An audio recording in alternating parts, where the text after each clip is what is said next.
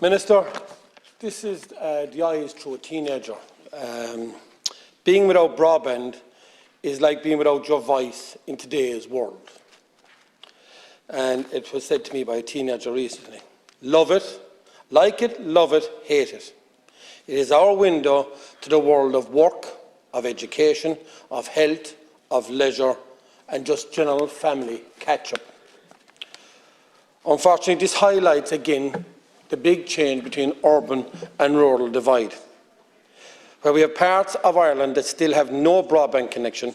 In fact, a recent survey conducted by Switcher, it was found that towns and cities have broadband speeds up to 36 times faster than some rural parts of Ireland.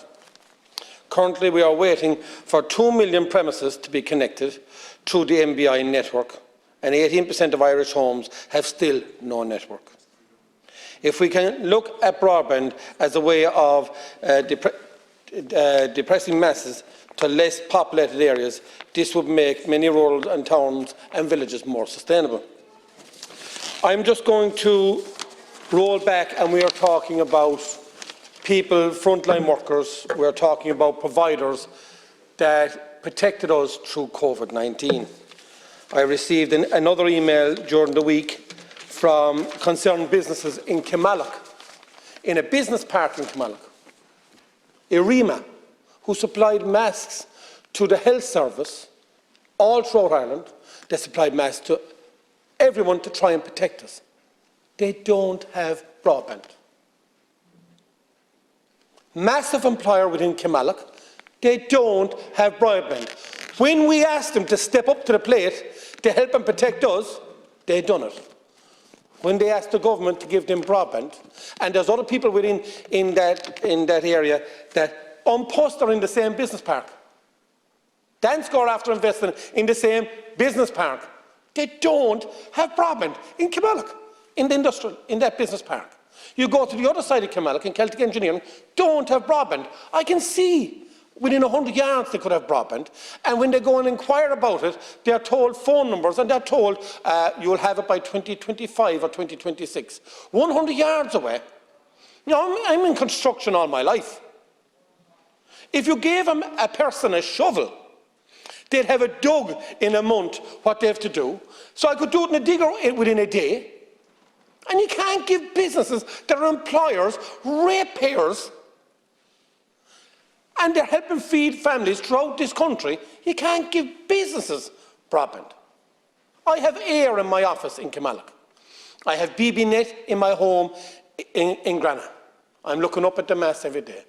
I've had to contact the likes of Imagine, Virgin and everything to try and help people with wireless connections. And Deputy Collins just said today recently, and you said yourself you haven't really engaged with the wireless connection. It is the only hope that we have for people to get connected. Now, Minister, I want a commitment from you that you will come in contact with me, and the areas where we need immediate broadband in Limerick, where there's jobs on the line, and where there's people, families are being supported through businesses, even in Aglaka, Houlihan Engineering, no broadband. And they've come to the end of the road, and they won't bring it up an extra 100 yards to provide businesses. So I want a commitment that you will look at Limerick and look at the areas that I'm going to give you, and please, that we can get broadband into the houses and businesses in County Limerick. Thank you, Deputy. So I was in Limerick before Christmas, and I was there because we were connecting up the first set of 2,366 homes. And I wanted to see physically how it's done, and where the cables go in, and how it's working. And I understand there's another 4,812 homes in Limerick that are being constructed at the moment, that the cables are being constructed into them.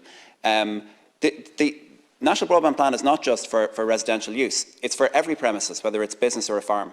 So it should reach everybody, including the company in Kilmallock that you described. And if you do have a particular issue with broadband in your area, and you want to discuss it with me, and you can have a one-to-one meeting with the civil servants in charge of the broadband plan, you can do that, and they will engage with you.